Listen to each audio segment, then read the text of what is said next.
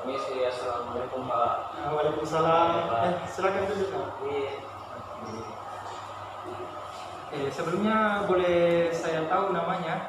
Nama saya Muhammad Ryan Pak, dari jurusan bimbingan konseling. Oh, dari jurusan bimbingan konseling. Iya, Pak. Sebelumnya Ryan pernah masuk di sini?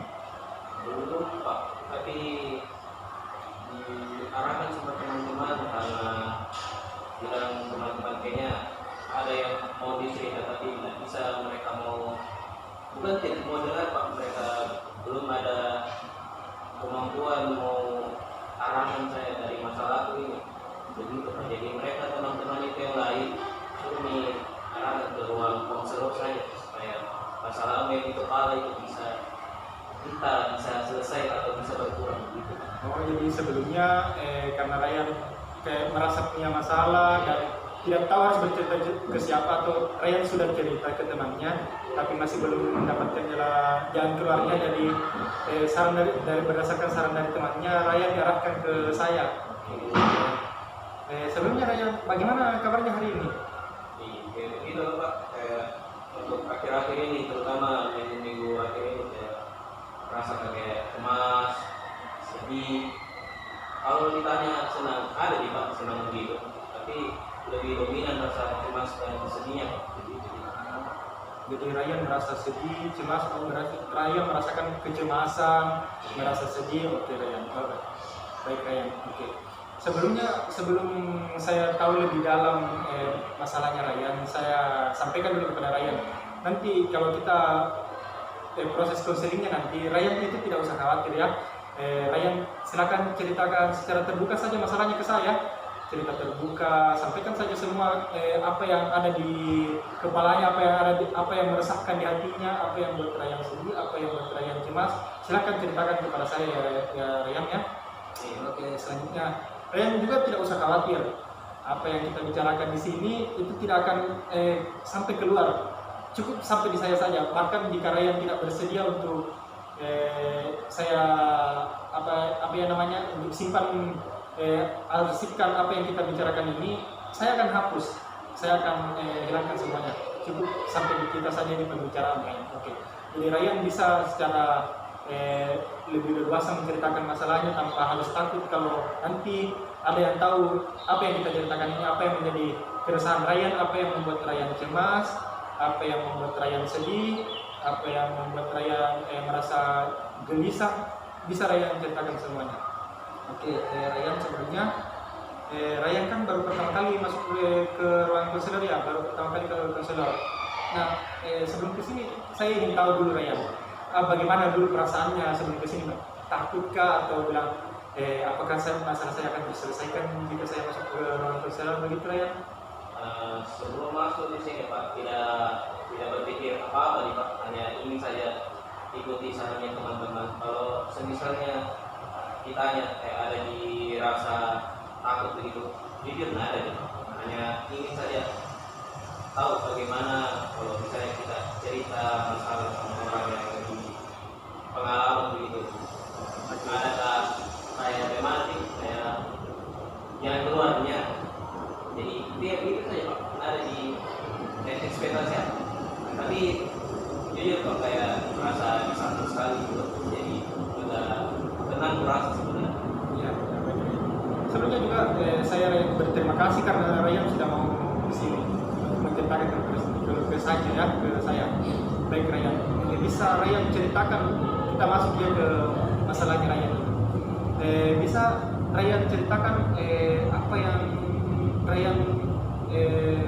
yang membuat Ryan merasa sedih, cemas, kecewa, atau merasa ada kekhawatiran sehingga Ryan kesini seperti yang Ryan ceritakan di awal tadi kepada saya.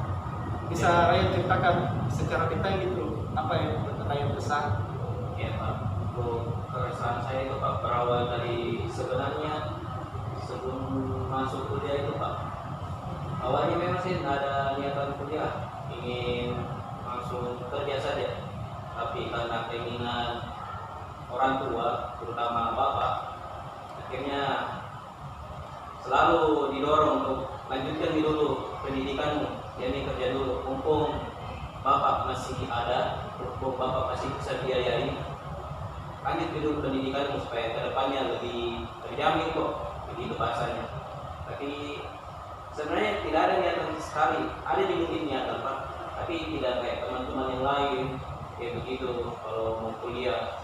Sedangkan saya gitu Pak, ingin langsung kerja pada saat itu, fokus kerja saja cari uang, karena aku tahu nih juga keluarga aku kayak orang tua aku begitu sudah tua nih, tapi begitu Pak, kayak ingin kerja tapi orang tua masih merasa sanggup ya untuk biaya kuliahku nanti ke depannya, tapi saya sudah merasa dewasa Pak gitu ya. Jadi masih bisa nih cari uang ke depannya sendiri. Tapi karena keinginannya juga keluarga, karena sebelumnya juga ada kakakku gitu tuh Pak, tidak memenuhi ekspektasinya orang tuaku.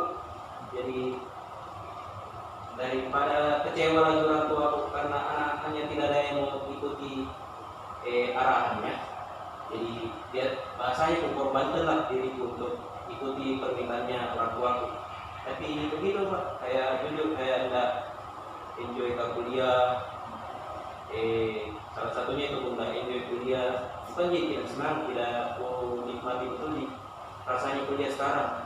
Terus beradaptasi dengan lingkungan baru Pak, karena kan saya jauh dari Kendari pindah ke Makassar, jadi bisa cukup beradaptasi tapi belum maksimal begitu.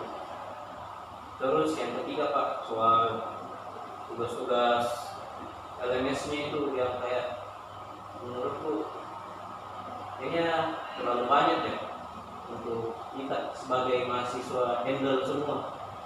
Sedangkan kita juga dikasih waktu itu yang kayak bisa dibilang mepet sekali. Terus yang terakhir itu Pak, kayak bingung lah dengan masa depan gitu. Sesuai jika nanti apa yang aku ekspektasikan ke depannya, karena ini kan tidak orang tua, bukan tidak pribadi. Jadi itu tempatku bingungkan sekarang. Itu yang jadi rasa cemasku dan sedihku. Cemas sama tugas, sedih sama tugasku. Terutama takut sama kedepannya mau jadi apa gitu. Ternyata saya merasakan apa yang Ryan merasakan saat ini. Ternyata keresahan Ryan itu begitu kompleks ya. Mulai dari sebenarnya Ryan tidak mau kuliah, tapi di sisi lain orang tuanya Ryan menginginkan Ryan untuk kuliah. Tapi di samping itu juga Ryan juga kasihan ke orang tuanya ya. Terus juga ada ekspektasi orang tua ke Ryan karena sebelumnya ada pernah kegagalan ya di kakaknya Ryan. Oke Ryan, bagaimana sebelumnya Ryan, apa yang membuat Ryan sehingga oke lah saya bisa ikuti kemauan orang tua saya meskipun kayak berat karena Ryan ingin kerja sebenarnya ya. Apa yang membuat Ryan merasa oke lah saya ikuti keinginan orang tua saya.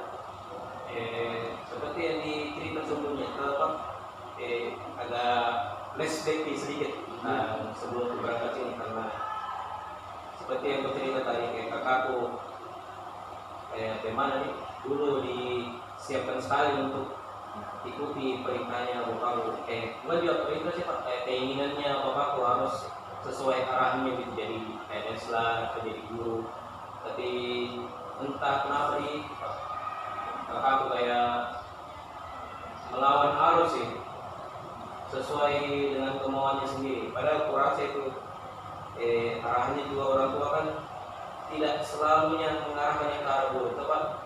Tapi entah egonya kayak yang lebih tinggi, akhirnya dia bisa mendengar perkataannya orang tua. Akhirnya dia lebih pilih jalannya sendiri. Dan lucunya atau tragisnya itu, jalan yang dia pilih itu membawa dia bisa dibilang kayak hancurannya lah sendiri, kayak hancurnya keluarganya, dan juga pekerjaannya. Walaupun sebenarnya sudah bagus pekerjaan, tapi dia tidak bisa handle. Akhirnya bapakku pas sudah tahu kejadian itu kayak kecewa sekali. Kayak bahasanya sempat bilang bapakku begini, kayak saya tidak percaya nih sama kamu. Sekarang saya lebih taruh semua impianku sama kau. Jadi secara tidak langsung kayak kayak terbebani sekali tuh. Seharusnya saya bisa kegiatan atau jalani hidup sesuai kemauanku sendiri. Tapi kita Pak tiba-tiba bilang harus ikuti maunya bapak supaya tidak gagal atau seperti kakakmu, terus nanti selesai kau kuliah biayai adikmu. Maksudku saya belum tuh selesai kuliah, tapi sudah ditambah lagi beban pikiran harus kau bantu adikmu kuliah, sedangkan saya belum tahu kedepannya gajiku berapa, bisa ku menabung atau tidak, bisa ku hidup sendiri atau tidak, begitu gitu. Oke. Ryan ini sebenarnya saya kepada keluarganya, makanya Ryan ini mau kerja saja daripada kuliah gitu ya. Baik Ryan, sebelumnya apakah memang apa yang sebelumnya itu keinginan Ryan untuk kuliah di sini toh? Karena Ryan mau kuliah sebenarnya. Jika Ryan tetap kuliah di sini dengan mendengarkan orang tua Ryan, apa konsekuensinya untuk Ryan? Nah, selanjutnya juga kalau Ryan pilih untuk bekerja saja tanpa harus kuliah, nah apa juga konsekuensinya kira-kira untuk Ryan atau apa dampaknya terhadap Ryan? Ya. Apa sih berpikiran begitu Pak? Misalnya kayak kondisi sekarang nih, kalau dipilih kuliah, bisa di kuliah positifnya. Kayak jujur Pak, lebih banyak dapat pengalaman atau experience selama kuliah. Kayak lebih banyak teman, lebih banyak, tapi kayak pengalaman baru ternyata selama ini pikiranku atau pengetahuanku tidak sebanyak itu balik, hanya terlalu percaya diri saja pada saat itu. Ternyata saya masih kepek sekali. Jadi pas selama kuliah banyak pengalaman baru, kayak bagaimana nih, kayak bikin portfolio digital, tentang bagaimana penyusunan administrasi BK ke depannya. Ternyata semuanya saya pelajari sudah bagus. Ternyata pas masuk kuliah lagi lebih bagus lagi gitu Pak. Tapi untuk dampaknya tuh Pak, kadang Pak kayak jujur kayak insecure, merasa malu karena teman-teman di seumuran tuh bisa menghasilkan lebih, sedangkan kita atau saya masih di situ saja belajar masih dibiayai orang tua, sedangkan teman-teman lain bisa bekerja, ada yang gajinya, bisa beli ini itu, bahkan sudah ada yang bisa beli rumah, mobil, menikah nih, sedangkan di umurku begini masih begitu Pak. Tapi berpikir kalau dengan pertanyaan misalnya langsung bekerja, memang aku langsung dapat uang atau semua, jujur ingin sekali Pak begitu, karena kuliah tadi kuliah apa semua, ingin juga berikan bapakku apa yang dia inginkan Pak, begitu pun juga mamaku. Tapi kalau tidak juga negatifnya kayaknya capek-capek kalau belajar dulu S1, tapi tidak kembangkan lagi ilmu yang aku pelajari, karena kembali lagi bapakku bilang nanti dibiayai karena masih sanggup. Jadi itu Pak bimbangku ini, satu sisi kalau aku kerja dapat uang, tapi satu sisi aku kuliah bisa aku kembangkan ilmu dan pengalamanku. Jadi 50-50 Pak, kayak turun begitu. Jadi sekarang Ryan masih gimana, tapi Ryan juga ada bersyukur karena dapat ilmu baru. Jadi secara tidak langsung Ryan merasa kalau ternyata orang tua saya tidak salah ya, menurut saya untuk melanjutkan kuliah. Karena setelah kuliah Ryan merasa ternyata di waktu saya saat ini masih banyak yang kurang ternyata dalam diri saya. Dan tapi Ryan di sisi lain Ryan juga merasa kayak teman-teman saya sudah menghasilkan uang dan saya masih belum, karena Ryan kan tadi bilang kayak Ryan mau berkontribusi untuk keluarganya karena pengalaman dari masa lalu itu ya. Tapi Ryan juga di sisi lain bersyukur karena dapat pengalaman ilmu baru. Nah, selanjutnya Ryan, menurut Ryan ini ya, saya menurut Ryan ini, kembali ke Ryan. Apakah dengan memilih melanjutkan pendidikan sesuai orang tua Ryan sekarang merasa pikirannya lebih terbuka atau bagaimana? Kalau itu Pak, ya bagaimana nih? Cerita sedikit. Ya. Awalnya itu Pak, kayak seperti saya bilang awal, enjoy. Awal-awal nanti berpikir kenapa kuliah lagi, kenapa bisa bekerja dengan umurku yang sekarang.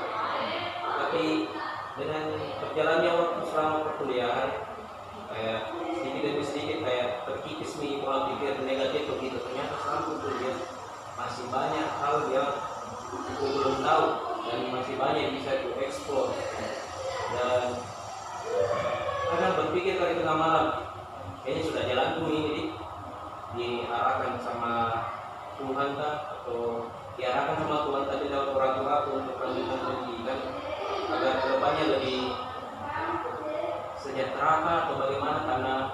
Karena Pak berpikir tengah malam Pak, memang ini arahan orang tua, tapi aku berpikir lagi kayaknya ini menjamin masa depan deh. Memang awal-awalnya kayak masih tidak ada lah kelihatan apa-apa begitu Pak, tapi kadang yakinkan sama diriku sendiri walaupun kadang aku merasa jatuh, pasti manis lah di ujungnya ini. Entah kita semua tadi Pak kayak terangkat jadi PNS atau apapun itu, karena gajinya nanti pasti stabil dan kayak pekerjaan lain atau semua. Jadi bagaimana Pak? Kadang aku kuatkan diriku sendiri, tapi kadang tiba-tiba jatuh mentalku sendiri. Jadi itu nih kenapa kalau aku cerita sama teman-teman, mereka juga tidak bisa merespon. Jadi akhirnya aku datang sama Pak cerita-cerita ini. Jadi entahlah Bapak bisa kasih pandangan baru Pak atau bagaimana Pak gitu. Baik, jadi Ryan merasa ini keresahannya ke masa depan itu yang membuat mental Ryan jatuh ya. Keresahan Ryan apa masalah yang paling Ryan itu merasa kalau ke depan saya tidak akan bisa sukses atau tidak tahu kelanjutan dari setelah pendidikan ini ya. Ryan itu yang membuat Ryan sebenarnya merasa resah atau kenapa apa alasannya kenapa Ryan ragu ke depannya? Jika Ryan tadi Ryan memang merasa ragu toh, tapi di sisi lain Ryan juga merasa pas ikut pendidikan ini yang saat ini Ryan lakukan itu merasa banyak yang Ryan dapatkan. Nah, secara tidak langsung itu Ryan juga merasa untuk kedepannya merasa cerah begitu, karena sudah Ryan mendapatkan ilmu baru, kayak mulai bertambah ilmunya. Setidaknya itu menandakan Ryan sudah lebih baik dari sebelumnya. Jadi kedepannya Ryan merasa bisa lebih profesional, lebih masa depannya lebih bisa terarah sebenarnya.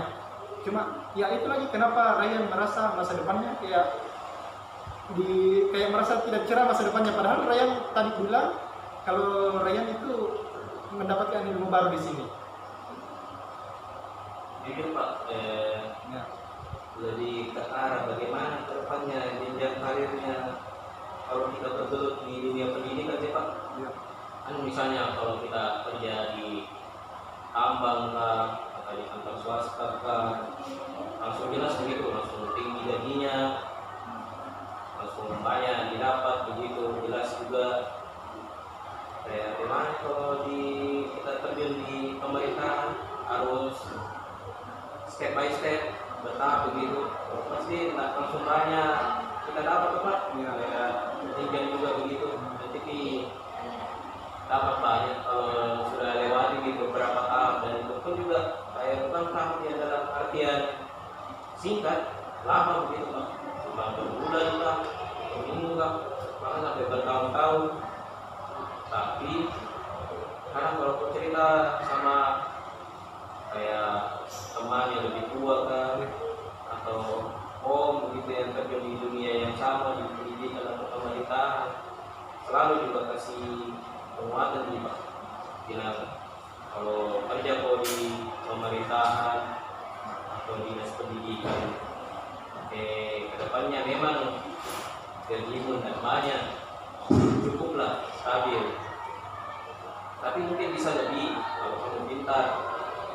Tapi yang ditekankan sama orang-orang yang masih kita semangat begitu, setidaknya kehidupanmu nanti stabil. Tidak kayak pekerja swasta atau tambang, mereka kan tidak menentu. Memang gajinya banyak. Omku ya ceritanya memang gajinya mereka banyak, tapi kan mereka bahasanya untuk kerja dalam ikatan kontrak. Jadi kalau mereka kontraknya sudah hilang, tidak ada putus pekerjaan nih, atau kita lihat ke belakang flashback sebelumnya Pak, kayak COVID pada saat itu, kayak pegawai-pegawai kayak tambang gitu atau kantoran swasta, banyak yang jatuh Pak. Bahkan banyak yang hilang pekerjaannya. Mereka terus tanggungannya mereka yang selama ini. Tapi pas kulihat kenyataannya pada saat itu, ternyata ya terjun di dunia pemerintahan, alhamdulillah stabil, tidak berdampak. Well, berdampak, tapi secara finansial mereka ada ayam di aman-aman gitu. Jadi sempat ku berpikir lagi, oh cocok nih terjun di dunia pendidikan, walaupun memang bahasanya berdarah-darah di dulu, tapi pasti kedepannya lebih stabil gitu. Terus Omku juga kasih semangat lagi. Memang kita bisa jadi orang kaya kalau kita terjun di dunia pemerintahan atau di dunia pendidikan. Tapi kalau terjun kok di dunia pendidikan, lebih banyak waktu luangmu nanti karena kerja kok dari jam 7 sampai jam 2, itu saja yang terjadi. Sisanya dari jam 3 sampai malam, terserah aku kenapa kok. Kalau kau pemalas, pasti istirahat kok saja. Tapi kalau kau rajin, entah kau buka bisnis kah, jadi tukang cukur kah, atau jadi buka kau usaha dekor galon kah, sampai ada pekerjaanmu. Jadi sampaikan dinasihat sama umum Pak. Tidak mungkin PNS itu kaya. Ubah caranya bisa kaya. Antara dia buka usaha atau dia bikin kegiatan korupsi. Jadi boleh dipilih dong. Opsi pertamanya. Dan kupikir juga, setelah kupikir-pikir lagi, kayaknya saya tidak bisa kerja di bidang tambang deh atau swasta. Kenapa? Maaf saya potong dulu. Sebenarnya keresahan Ryan itu di dunia pendidikan ini akan kemana ke depannya ya? Sebenarnya Ryan tidak merasa kalau ilmunya oke lah, oke sekali. Tapi untuk pekerjaannya nanti di dunia pendidikan, apalagi tekanan di dunia pendidikan sekarang kita tahu ya, sama-sama tahu ya. Nah, dan Ryan juga sebenarnya sudah bisa membandingkan bagaimana rasanya bekerja di dunia pemerintahan, bagaimana bekerja di dunia tambang. Nah, dan Ryan juga sebenarnya ya sudah setidaknya Ryan sudah paham lah kenapa orang tua Ryan menyuruh Ryan untuk melanjutkan pendidikan. Nah, itu juga kan untuk masa depan Ryan. Meskipun di sisi lain Ryan juga merasa ragu dengan masa depannya. Bukan ragu soal masa depan tapi pekerjaannya. Karena Ryan juga merasa kayak memiliki tanggung jawab ke orang tuanya, ke adiknya. Karena kegagalan dari kakaknya dulu tuh, Ryan merasa kalau saya harus bisa lebih baik dari kakak saya. Tapi di sisi lain juga kalau Ryan terjun di dunia pendidikan, gajinya kecil, tidak seperti kalau Ryan kerja di tambang. Nah, itu pertimbangan Ryan sebenarnya kan.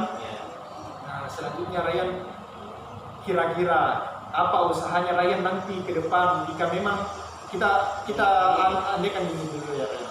Misalnya setelah lulus Ryan ini, lulus, kira-kira agar masa depan Ryan itu tidak misalnya Ryan di dunia pendidikan memang gajinya kecil.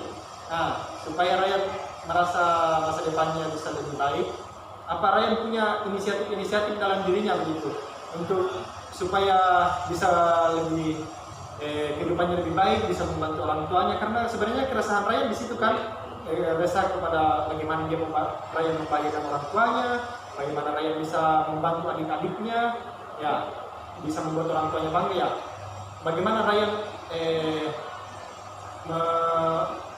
Ryan punya pandangan ke depan soal itu, bilang kalau saya begini mungkin kehidupan saya lebih baik, di samping itu saya bisa melanjutkan pendidikan, melanjutkan karir saya di dunia pendidikan. Apa Ryan punya pandangan begitu? Bisa Ryan ceritakan itu Ryan? Seperti yang cerita tadi Pak, kemungkinan atau pastinya, pasti aku ikuti sarannya untuk memang awal-awal kita nanti terjun di dunia pendidikan pasti ya cukuplah gajinya. Tapi kan tidak begitu, kan itu nanti bahasanya itu jenjang karir. Nanti pasti bertambah sedikit, dan pasti dari gaji kita yang sudah cukup itu bisa lebih lagi. Nah, setelah itu kalau ditanya apa usaha lebih mungkin kedepannya cerita tadi Pak, Ya. ingin sekali buka usaha kecil-kecilan saja, ya sendiri-sendiri, setidaknya bisa kasih makan diriku atau beli kebutuhan per bulan pula. Karena jujur Pak, nanti kedepannya muka belajar jadi tukang cukur Pak, karena hitungan kasar boleh Pak. Ya. Kalau misalnya di satu kepala 15.000 atau 20.000, terus satu hari dapat 10 kepala, Ya. bisa 150 atau 200.000 Pak. Jadi sudah lebih dari aman sekali nih itu untuk kebutuhan sehari-hari itu Pak. Jadi saya sudah jujur Pak, ada plan untuk sendiri untuk kalau sudah selesai itu, misalnya selesai kegiatan ini, kuliah ini, Ya. kembali tak honor lagi jadi guru dengan gajiku yang cukup, Ya. sambil membuka nanti usaha. Nanti itu gajiku aku pakai berputar untuk usahaku, terus nanti kalau stabil nih usahaku, gajiku untuk jadi tabunganku di kedepannya, Ya.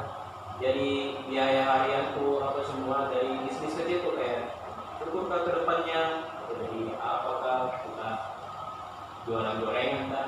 Saya enggak, jujur enggak malu nih Pak kerja begituan, yang penting menghasilkan. Dan bilang orang tua aku juga selama itu halal, Ya. kerjakan nih, jangan dimalu. Walaupun tempat kerjamu yang kecil, apa semua cuma sepetak, tapi kalau bisa menghasilkan jangan dimalu. Lebih malu kalau pergi kerja di tempatnya orang baru gaji besar, sedangkan gajinya dan tahu halal atau enggak. Jadi begitu Pak, kayak sebenarnya ada di plan aku ke depannya, tapi kadang butuh Pak dikasih sadar atau dikasih validasi kalau perasaan sebenarnya ini tidak salah gitu Pak. Kayak kalau wajar sih kalau kadang merasa cemas Kak, kadang merasa sedih sama masa depan karena entahlah karena masih proses Kak atau apa semua. Jadi begitu Pak. Sebenarnya hal yang Ryan rasakan itu sangat wajar, cemas, gelisah, kurang. Saya merasa Ryan ini bagus sih, bagus cara berpikirnya Ryan. Karena Ryan sudah memikirkan kalau nanti keluar dari kuliah ini, Ryan mau buka usaha, mau jadi tukang cukur, bagus sekali itu Ryan.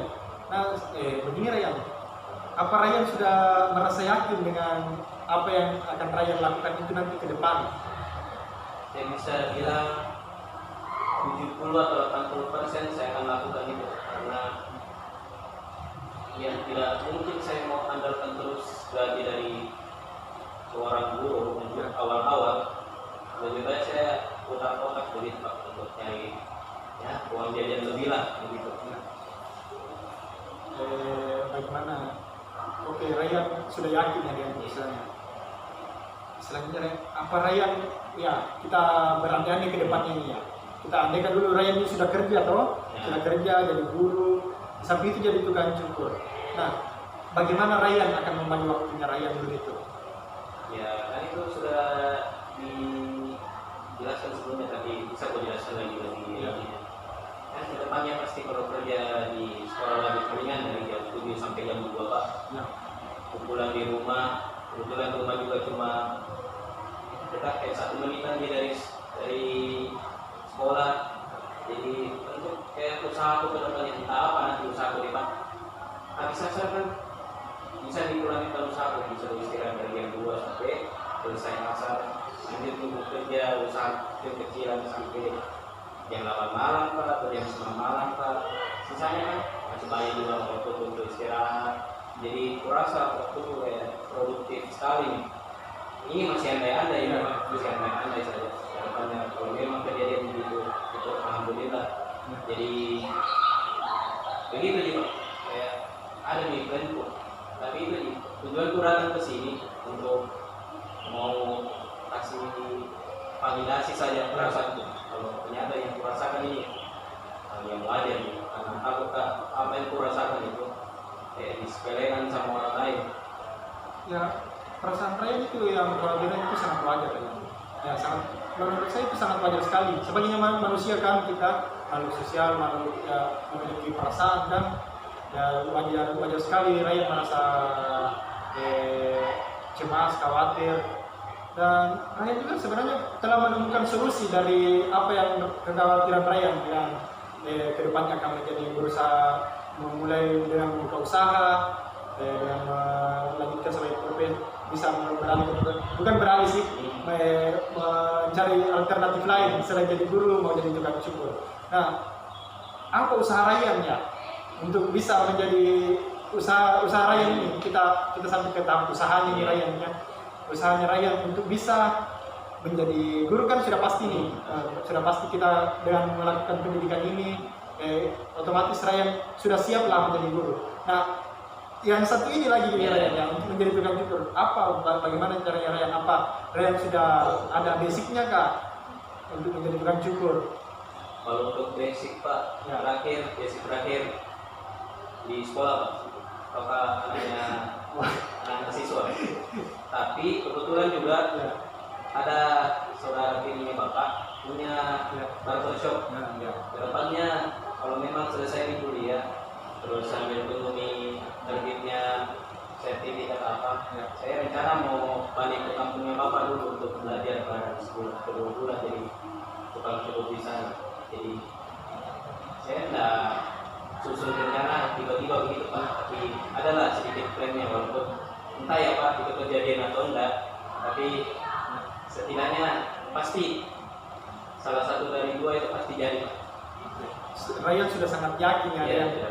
Artinya Ryan juga sudah menemukan solusi dari masalah Ryan setelah kuliah mau pergi dulu belajar jadi tukang cukur ya, apa itu namanya Ryan, belajar di adiknya kah atau di tempat kursus kah ya. Oke, Ryan sebenarnya sudah menemukan solusi dari masalahnya, tapi nanti kita gali lebih dalam ya Ryan ya. Ke depan, di pertemuan berikutnya lah mungkin. Sebenarnya sebelum kita akhir dulu sesi konseling kita kali ini, bagaimana dulu perasaan Ryan setelah mengikuti konseling pada hari ini? Setelah Ryan menceritakan masalahnya ini masih awal, nanti kita ke depan kita sudah dapat solusinya ini sebenarnya di masalah yang keresahan Ryan soal masa depannya. Nanti Ryan sempat mau cerita hal yang lebih kepada saya, Ryan bisa ceritakan, tapi saya mau dulu dengar dari Ryan bagaimana perasaan Ryan ya setelah mengikuti sesi konseling kali ini. Jadi Pak kayak validasi perasaanku, jadi ternyata apa yang kurasakan ini wajar gitu ya. Lebih tenang Pak, kayak oh iya wajar gitu. Jadi kedepannya ini mungkin ada rasa cemas tapi lebih bisa aku kendalikan karena aku tahu itu hal yang wajar, jadi lebih enakan lah Pak. Jadi lebih enakan saya. Ryan sudah merasa enakan ya, karena sebelumnya Ryan cerita ke temannya tapi kayak tidak tervalidasi, rasanya kayak ya terbentur ada benturan dengan temannya.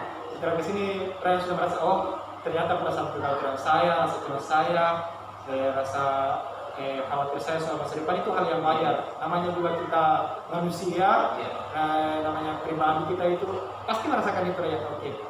Ryan, baik Ryan, sebelum kita akhiri sesi konseling kita kali ini, sebaiknya kita atur jadwal untuk kedepannya. Kita bertemu di hari apa Ryan? Bagaimana Ryan bisanya atau bagaimana baiknya juga untuk saya? Apakah saya siap? Oke, saya ke Ryan dulu. Siapnya di hari apa Ryan? Saya nggak tahu harinya nih Pak, tapi kalau boleh minta kontak kuliahnya Bapak, mungkin pada saat tidak ada mata kuliah dan mungkin Bapak juga lagi mungkin pada saat hari itu kayaknya bisa deh Pak. Ya, baik, kita bisa kita nomor telepon sebenarnya Ryan supaya bisa saling menghubungi untuk pertemuan berikutnya. Nah, untuk pertemuannya Ryan apakah mau di sini saja atau bisa di tempat lain? Kayaknya lebih nyaman di sini karena lebih dingin Pak. Oke, lebih dingin ya di sini. Oke Ryan. Baik, untuk pertemuan berikutnya kita akan nanti Ryan. Silakan hubungi saya untuk pertemuan berikutnya. Jika Ryan masih ada masih ada unik-unik lah di hatinya yang mau disampaikan kepada Bapak. Oke, baik Ryan. Terima kasih. Sepertinya kita selesaikan dulu untuk sesi kali ini ya. Nanti kita bertemu di kesempatan berikutnya ya. Sebenarnya juga saya berterima kasih kepada Ryan karena Ryan sudah bersedia datang ke saya ini menceritakan masalahnya apa yang menjadi keresahannya. Saya sangat bersyukur karena ada orang seperti Ryan yang mau datang ke saya. Ya, oke, baik. Terima kasih Ryan. Kita tutup ya sesi konseling kita pagi ini. Saya ucapkan terima kasih sekali lagi. Ya, baik. Sampai bertemu di pertemuan berikutnya ya. Baik, terima kasih Ryan. Ya, assalamualaikum warahmatullahi wabarakatuh Ryan. Waalaikumsalam warahmatullahi wabarakatuh. Ya, baik, terima kasih ya.